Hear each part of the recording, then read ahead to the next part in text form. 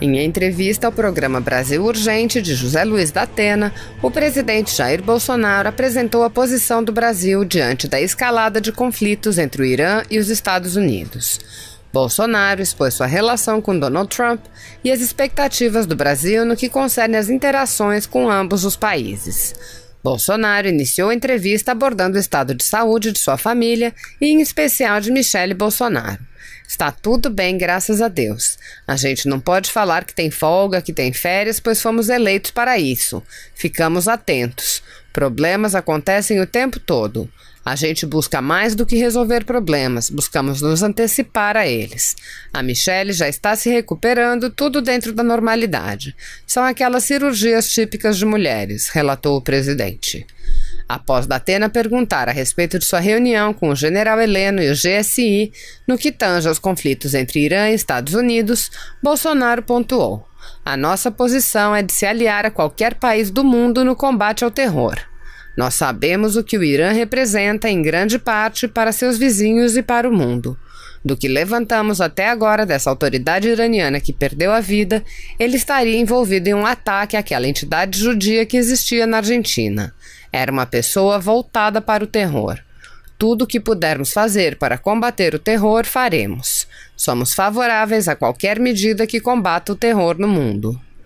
No que concerne às preocupações do Brasil em virtude do comércio com o Oriente Médio, inclusive com o Irã, Bolsonaro salientou: nós falamos em campanha que faríamos comércio com o mundo todo sem o viés ideológico que até o penúltimo governo existiu no Brasil. Sabemos a posição do Irã perante o mundo e o que os árabes pensam a respeito do Irã. E como os apoios, ou melhor, o abandono de apoios ao Irã vem acontecendo nos últimos anos. Não podemos concordar em grande parte com o que acontece lá.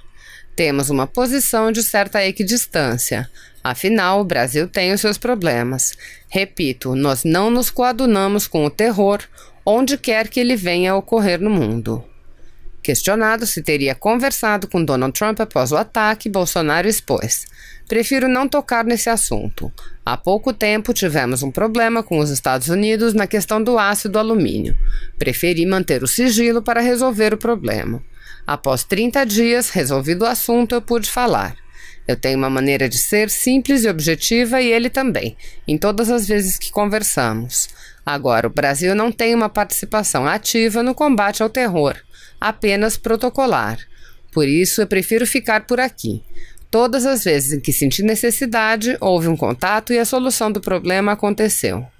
Você vai continuar curioso, da Atena. Se um dia você tiver um cargo no executivo, prefeito, por exemplo, você vai ver que, por mais carinho que se tenha com a imprensa, algumas conversas precisam ficar reservadas. Nós vamos buscar, afinal de contas, a solução para o problema. Muitas vezes, ao abrir para a imprensa, a solução se distancia de você, acrescentou Bolsonaro.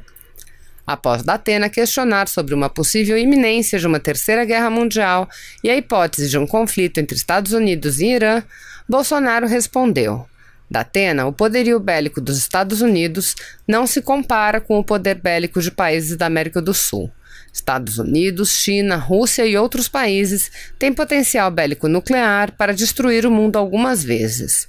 O Brasil optou no passado por vias pacíficas. O Brasil abriu mão na Constituição de ter um poderio bélico nuclear. Nós temos que medir bastante as nossas palavras. Eu, como chefe de Estado, que eu falar para você pode ser manchete no dia seguinte. Nós queremos paz, mas há uma velha máxima no meio militar. Quem quer a paz tem que se preparar para a guerra. Só haverá paz entre nós se houver uma grande diferença de poder entre os dois. Só se um for muito superior ao outro. Se um for muito parecido com o outro, pode haver guerra. Há os países com poder nuclear e os que optaram por uma via pacífica resolveram não se armar. Que as minhas palavras não tragam qualquer conflito, qualquer apreensão para nós brasileiros. Ele criticou, ademais, a política externa aplicada no governo petista. Você citou um tal de Celso Amorim. Sempre esteve na extrema esquerda. Quando a Bolívia tomou nossa refinaria, ele falou que a Bolívia fez a coisa certa. Sempre criticou os americanos, chamou de imperialistas. Passou pelo Ministério da Defesa e fez um péssimo trabalho. Os militares só aceitaram por ser da democracia. Ele tem um lado oposto ao que eu estou no momento. O que podemos fazer é torcer e esperar que dê tudo certo e que não tenha reflexos no aumento dos preços dos combustíveis no Brasil, sintetizou o presidente. China, Japão, Arábia Saudita, algumas das agendas internacionais do presidente Jair Bolsonaro em 2019. Na bagagem de volta, acordos bilaterais e atração de novos investimentos estrangeiros.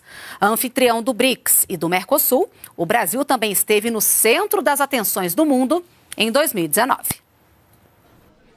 Desde a primeira viagem internacional para participar do Fórum Econômico Mundial realizado em Davos, na Suíça, até a mais recente para o Oriente Médio, o presidente Jair Bolsonaro firmou dezenas de acordos internacionais.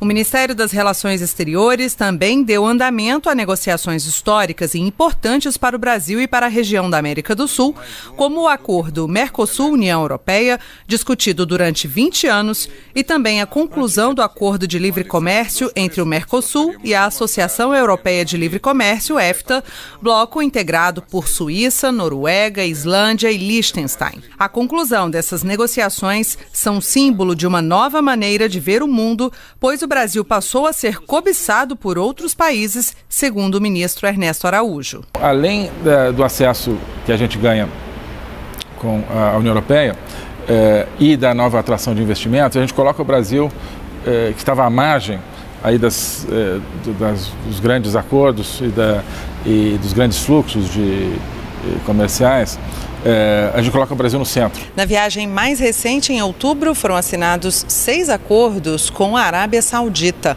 Os árabes também anunciaram investimentos de 10 bilhões de dólares em projetos de infraestrutura aqui no Brasil. E com os Emirados Árabes Unidos foram assinados 8 acordos de cooperação. Estão vendo o Brasil como, de certa forma, um novo polo de crescimento, né? Então não são só esses 10 bilhões, é uma visão deles de que o Brasil pode ser, de certa maneira, mal comparando aí, uma nova China no sentido de atratividade de investimentos. E não para por aí. Chile, Israel, Estados Unidos, Japão e Ásia foram o foco do governo brasileiro em 2019. O ministro das Relações Exteriores falou sobre o restabelecimento de uma relação de confiança, especialmente com os Estados Unidos e com Israel, além da abertura de novos mercados. O Brasil também foi sede de eventos de relevância internacional e que promoveram encontros bilaterais e mais acordos. A cúpula do BRICS, formado por Brasil, Rússia, Índia, China e África do Sul, rendeu acordos de cooperação e o estabelecimento de parcerias nas áreas de inovação, saúde e economia digital. Já a cúpula do Mercosul, bloco formado por Brasil, Argentina, Paraguai e Uruguai, mais os países associados, possibilitou um fortalecimento intrabloco e o compromisso com a integração regional, a democracia e o diálogo entre os países.